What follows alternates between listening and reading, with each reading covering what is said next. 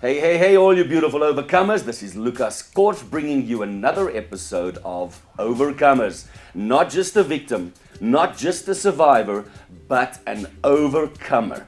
And today it is my privilege, Mr. Heike Berg. We are on letter H. We had the privilege of just meeting, although I have sort of known you. So today we're going to be doing the Overcomers interview with Heike, and as per normal, we have 3 questions, standard questions, but with such diverse answers. It's actually been an incredible journey to be part of this. So the first question I want to ask you, Heike, is what is the worst thing that's ever happened to you?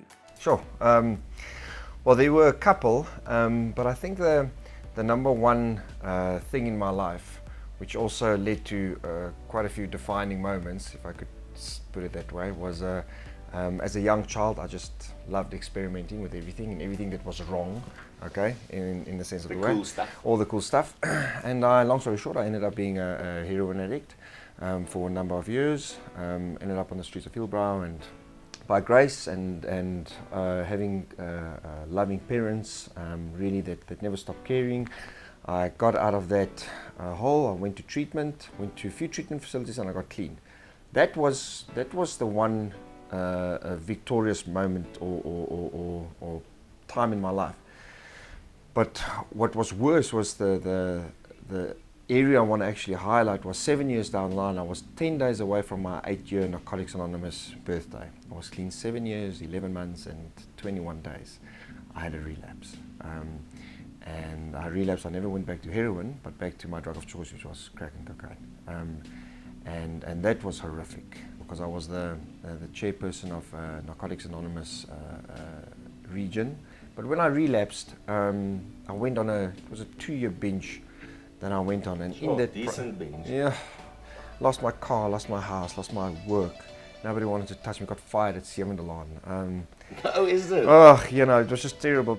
In the 7 years that I was sober, nobody knew about my past. My career was going well, but nobody knew that I was a recovering addict. Only when I relapsed, obviously everybody knew. So what we decided to do was, when I got out of treatment, the first treatment, because I went back to treatment 5 times in that year, 5 times went back. The first one I came out willingly. The problem was, before the story could even hit the shelves, I was at it again. Oh. So every single time there was a cover or a story of Heike Berg telling about his past, that people would see me back on the streets, back at the dealers, back in the and it just became this, and that happened 5 times. I had to sell my house, sell everything to pay my treatment facilities. Eventually I had almost nothing, I had a little bit of money left, and I decided, well, I'm going to leave the entertainment industry, I'm going to move to Botswana. I went to Botswana to go and stay there with a friend.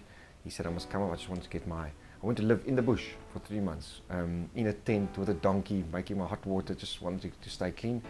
And I thought I was going to leave the entertainment industry. It was so difficult and so hard and so tough, because during those 2 years, obviously, I pushed a lot of people away. But it was hard. I ended up in Westkoppies for 3 months, in the ward. The very elect, very special ones. Ward 71, closed ward, where you were a danger to yourself and society. The government put a section on me, which meant I was government property. They could just arrest me any time they wanted to. But I mean, I was crazy. I used to run around naked in the streets, throw the police with my own feces, used to grab in my hand, throw the cops with mine. I went completely bonkers, completely. I just, it was just crazy. I just lost it. I was so psychotic. So this is sort of where the second question comes in. How did you overcome this? Because now the little bit we've communicated, the little bit that I know about you, there's a thing on breakthrough has come. You are an overcomer. How did that overcoming moment happen? I want to just say that to you, that when it comes to anybody that have struggled with addiction, and you are never ever cured from addiction. No, ever. Sure. You know that it is a psychiatric illness. It's a daily thing. So anybody can stop. The trick is to stay stopped. So there was never a moment of just suddenly overcame this. There was a moment where the kind of penny, that paradigm shift, where that penny drops from the head to the heart again. In the last treatment facility, my heart went into cardiac arrest. I didn't want to clock out, but I mean, you get to a point where you're so wasted, your drug of choice is just more of everything. The first memory was 2 weeks after I was in there that I can remember. To answer that question, I knew the first time when I got off heroin that I've had my clean time. I know what is possible. I never knew I wanted to become an actor. I only decided in rehab when I came off heroin that I wanted to become an actor. I never had this lifelong dream that I wanted to be a performer. I didn't know I had talent. I didn't know anything. It happened in treatment that I decided I want to become an actor and go study drama. So I knew what was possible. And I knew there was a calling on my life. I knew I didn't want to. The pain just got too much, and the drugs, no amount of drugs could kill the pain that I was feeling inside of me. It just didn't work anymore.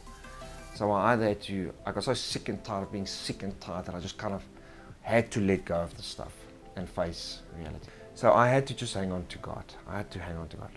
But I understood the cross for the very first time when I won Survivor.